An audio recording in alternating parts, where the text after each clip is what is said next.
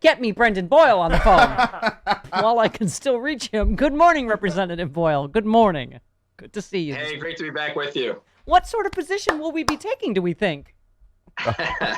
I'm very appreciative to the people in my congressional district who just reelected me to a fourth term a few weeks ago. So I'm not actively seeking a new job since I literally just got rehired a couple weeks ago. But I mean, that said, look, I'm proud to be a very early Biden supporter going back more than a year and a half ago. And I just desperately want this administration to succeed. And I look forward to helping it in any way I can.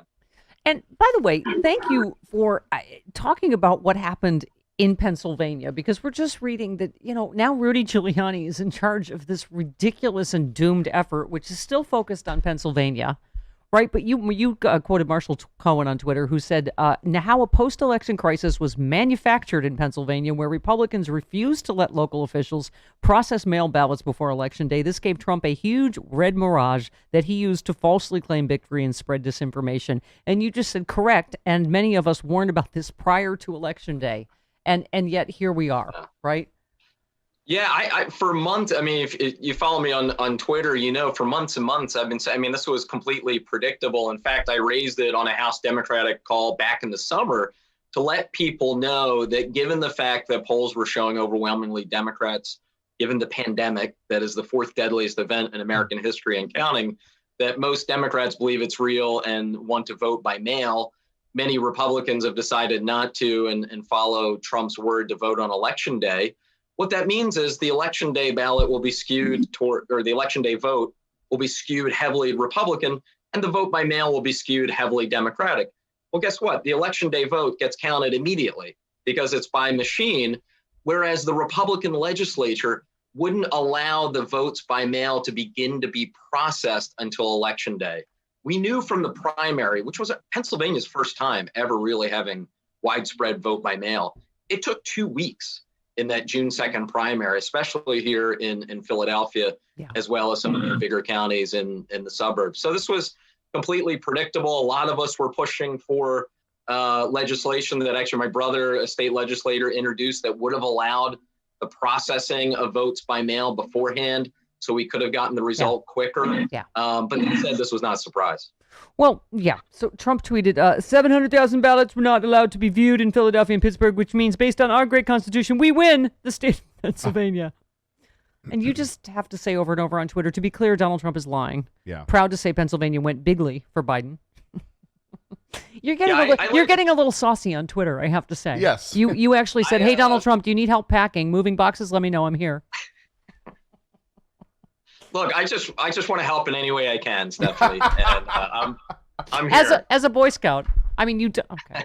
I'm sorry, but we always have to make the joke that you do look 14. I mean, I was waiting for the age reference. Last time I got you up to 18. Now I'm back down to 14. So I did have a good sleep night. But like an Eagle Scout, like a really, like the most senior. He had a growth spurt. The most senior Boy Scout that there is. Yeah. Okay. I appreciate that. Yeah. I love that you're getting very saucy on Twitter about your new colleague, Marjorie Taylor Greene, please and thank you, who is a QAnon member. And she tweeted, I proudly told my freshman class that masks are oppressive. In Georgia, we work out, we shop, we go to restaurants, we go to work and school without masks. My body, my choice, hashtag free your face. You just said, oh, she's going to be fun to serve with. So I'm going to guess she's an anti-choice person, but is that like a owning the libs, my body, my choice thing? I guess, it is. I mean, I'm having a little fun with it, but it is so disturbing. And by the way, something I thought at the time, and I've recently heard Barack Obama now say it too. In retrospect, Sarah Palin was the canary in the coal mine. Yeah. In terms of where the Republican Party was going, conspiratorial, anti-intellectual, just this weird sort of area that isn't actually really conservative. It's just something entirely new. It morphed itself into the Tea Party, which was supposed to be about debt and deficit, which is hilarious now in retrospect. Yeah. Then it morphed itself into Trumpism. And I really do think that is the heart and soul now, sad to say, of the Republican Party, folks like her. Yeah. You pointed out, Peter Baker tweeted, Boyes and Olson, the two lawyers on opposite sides of Bush v. Gore in 2000, agree that Biden won the election. This year, bears no resemblance to the Florida recount. And you just said, folks, it's over. I mean, Representative, we've all been saying, pretty much all the guests on my show as well, we vacillate between this is so wildly entertaining and ridiculous and pathetic, and obviously Joe Biden is going to be president on January 20th, to being truly just terrified because of what every rule that he's broken and law he's broken and gotten away with. And, that Rudy now is saying, we want this to go to the Supreme Court. That's the plan here. Even though you think, okay, this faithless electors scheme seems to have failed. But I think there are part of us that are just like, what won't they do to keep power? Is he going to start a war with Iran? Is he going to pull all our troops out of Afghanistan tomorrow? I mean, it's just, it is the most terrifying 60-something days we probably have in our lives, right?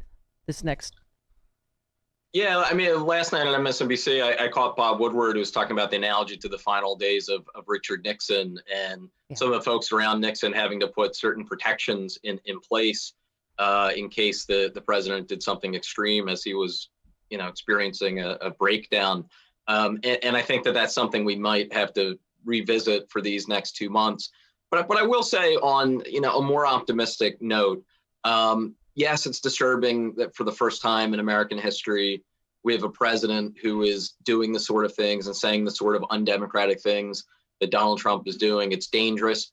But I will also take a moment and give credit to Republicans like Al Schmidt here in Philadelphia, the Republican Secretary of State of Georgia, and some others who aren't actually bending, who are doing the right thing. Probably the person who was the most effective spokesperson about the validity of the process here in Philadelphia was our Republican city commissioner, who was pushing back on 60 Minutes and elsewhere about the lies that Trump and so many of the Republicans in D.C. were spewing.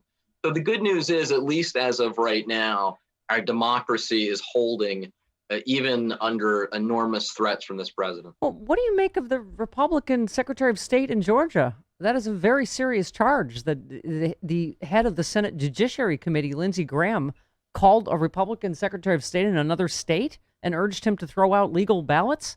I mean, look, I mean, that's something that should be investigated post this. I wouldn't be the person to do it. It would obviously be somewhat Justice Department. But, and the irony is the Secretary of State in Georgia is no liberal. I mean, he's a pretty conventional doctrinaire conservative, but appears to be just calling the balls and strikes as they are. So the fact that he came out and made that allegation, I believe that it's true. I don't think he would have any reason to make that up. In fact, he would have every reason to attempt to cover it up and play ball with his party. So I'm glad that he's speaking out, and I'm glad he's continuing to do the right thing. Representative, I've always been in the walk and chew gum caucus. And, one disturbing story for me that came out today is what we sort of thought is that, they're saying Biden is obviously focused on uniting and, not prosecuting Trump administration officials. I don't see how that's possible this time. I mean, I don't know. I think, again, we can walk and chew gum. I think he will do a great job on the financial crisis, on the pandemic and all of that. But I just don't understand how we could just go, oh, well, that's okay if Lindsey Graham committed election fraud and Donald Trump. I mean, they're talking about his taxes. I mean, for, I would say, precedent and the future, we absolutely should, Richard Neal and others should follow through on getting his taxes on. And again, I know primarily he wants the Justice Department to have independence again, and that's fine. But whoever is the Justice Department, I think, has to restore justice in America. Don't you think? Right. Yeah, I think there's a way to achieve both. That for President-elect Biden, he doesn't want the totality of his presidency to be constantly still about Donald Trump and responding to Trump's various misdeeds. I get that, and I agree with that. I understand. Yeah. But a way that you can ensure that that's walled off and yet still justice is served, and that we don't have a repeat of what Donald Trump has been able to get away with in the future, is making sure the Justice Department, I'm thinking specifically the investigation happening at the state level of New York, the investigation that's happening at the DA level in New York City and Manhattan, as well as the Southern District of New York. Those things can happen separately so they don't involve the White House. There is a complete wall of separation. So that's a way that you can achieve both goals, because I agree with you that, and I think that in retrospect, Jerry Ford was probably right to have given Richard Nixon a pardon so he could move on and the country could move on. But remember, by that point, there have been some 60 Watergate involved officials who had been prosecuted. Yeah. So it's a different analogy. I would not support any sort of pardon for Donald Trump for any reason. But I think these investigations can continue as they've already begun and are somewhere along the way now. Let them continue. Shouldn't involve the White House at all. No political interference.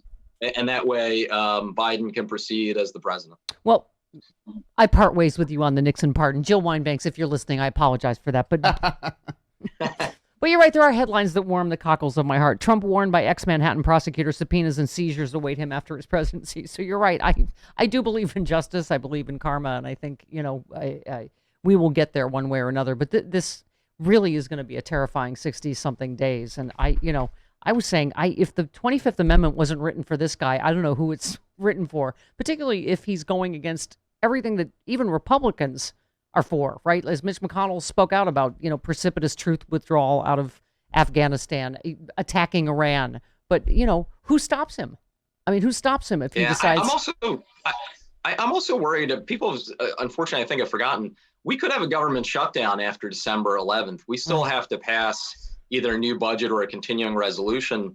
And so, given that Donald Trump is an individual who only cares about himself, would he essentially hold this country hostage and just say, well, go pound sand and I'm not going to sign a CR out of, spite? That is something that worries me as well. Let me answer that. Yes, he would do that. Yeah. I mean, he is all about petty vindictiveness and vengeance. And he clearly looks like, whether it's vaccine distribution representative or anything else, he's just trying to F things up as much as he possibly can for Joe Biden.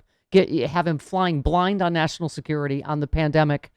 I mean, it is disgusting how many more Americans are going to die, right, because of the delay.